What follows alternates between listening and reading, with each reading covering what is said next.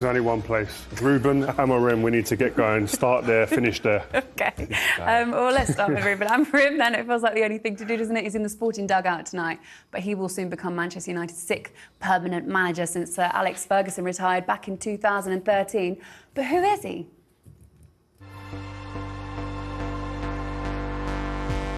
You cannot overstate what an impact he's had, not only on Sporting, but on Portuguese football as a whole. If you think in terms of a band, Amorim would be the lead singer. He's the guy who seduces the audience, players, journalists. He has the ability to captivate just with his personality. I think it's more than titles. The success that Amorim has had, it was the connection he created with the club. He's obviously a very young coach, but he's developed massively. We're talking about someone who's completely changed the landscape. Amorim entered Sporting in a phase where Sporting was absolutely devastated. In his first full season, he won the league. 2 league titles. No one expected it. Turning that team into a serial winner, it's a huge, huge success. He's very stubborn, but I think he's very demanding with the players, with the strategy, the tactics. He has very clear footballing idea in his mind and an extraordinary leadership. He is a fantastic communicator. He just always seems to get his message in spot on. Amorim sees a lot of similarities between the Sporting and what he's going to find in Manchester United. A sort of fallen giant who needs that charismatic figure. He has everything to win and to do well. The worst and best week of my life. Very tough because I'm leaving a very good place, but I'm going to one of the best clubs in the world.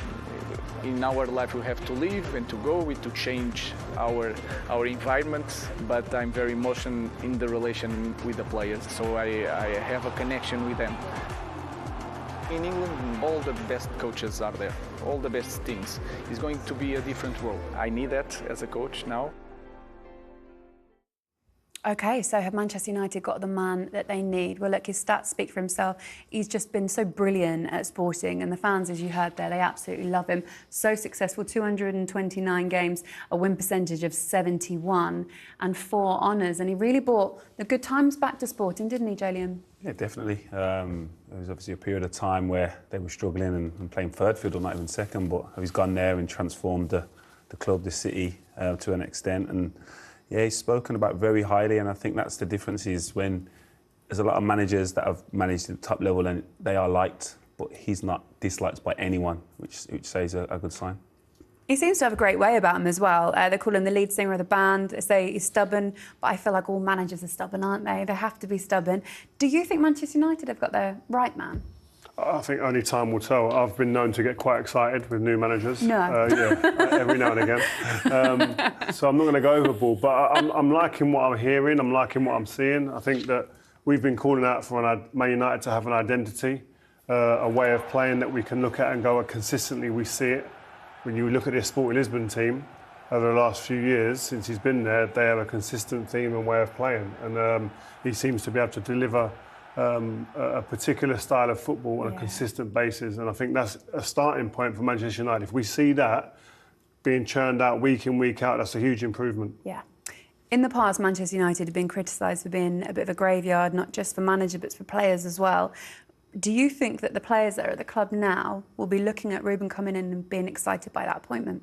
Yeah, definitely. I'm guessing some of the players weren't enjoying the previous reign. But when a new manager comes in, it's a chance to impress, level playing field for everyone, and they'll have to be at it. He seems very demanding in a good way. So I'm sure the players will want to learn. And when you're learning as a player, it adds to the stimulus of enjoyment. But obviously, over time, we'll tell over results. These players are in a desperate state. I'm telling you, we've been in change rooms where if things aren't going well, you are clutching at straws and clinging to any type of positivity. A new manager comes in now, the reputation he's got. These players have not performed for a long period of time. There might have been the odd performance here or there, but consistency is what delivers trophies over a sustained period of time. None of them can sit there and say that they've done that. Bruno's the only one probably close, but all the others are going to be sitting there going, please bring me some performances out of myself, please. Help me to become the player that everyone thinks I can be, that my potential suggests I can be, because right now, I am not delivering. That's how the players, if they're honest about it, that's what they'll be sitting. They'll be hands out saying, please pull me along, come on. Are they not taking any responsibility for that themselves as well? Because they're not looking and thinking, look, there's a January window coming up. We might need to be a little bit careful here, because what if Ruben Amorim comes in and goes, right, I want to shake up? Possibly. I'm sure he get the opportunity to buy players, but I'll be surprised if he's buying many players in January. I think the fact that they've got him in to coach the current squad, wanted him in now to coach the squad. The length of contract suggests that he may not be as influential. And I think the philosophy has changed. I don't think they're going to give the responsibility of recruiting players or signing players to the manager. I think the club will probably sign players now, and then the manager will coach the team.